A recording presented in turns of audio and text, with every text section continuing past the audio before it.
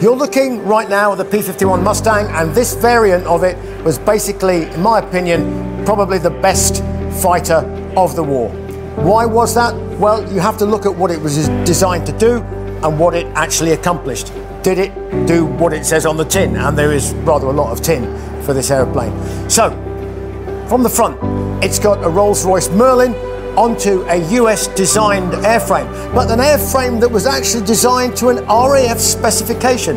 Everybody thinks this is an American airplane. It was the RAF that put out the specification for the original P-51, but it came over basically with a dodgy engine. So it was a bit of a dog. Suddenly they put the Merlin on it and everybody went, oh my God, this fighter can not only fight and go to high altitude, it can lift a moose, which is exactly what they put underneath the wings, except it wasn't a moose, it was a moose full of petrol, which would take it all the way into the heart of Germany with drop tanks. They drop the tanks in combat, fight off the German fighters, and all of this was done now at high altitude.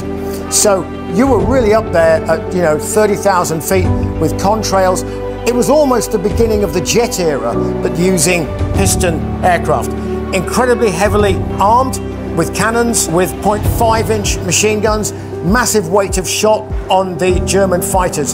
It had to fight the fighters. This was not going, there were no German bombers coming over anymore. This was a fighter killer and an escort fighter for the bomber streams. And it saved so many lives amongst the B-17 formations going over in daylight.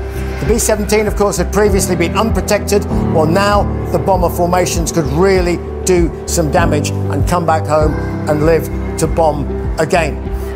If you look at a few things that are different to the original P-51 Mustang, it has this bubble canopy, again, very reminiscent of early jet fighters. So everything now is going towards the jet. And of course, the Germans came up with the jet first in the war, but very shortly we were talking jets worldwide in combat. So this aeroplane, still today, one of the fastest piston aeroplanes in the world. And if you want to go to the Reno air races and see Mustangs, they're flying around doing 500 miles an hour, virtually at sort of like grass level. So that's what an incredible aeroplane this is. But what made it possible was the Merlin.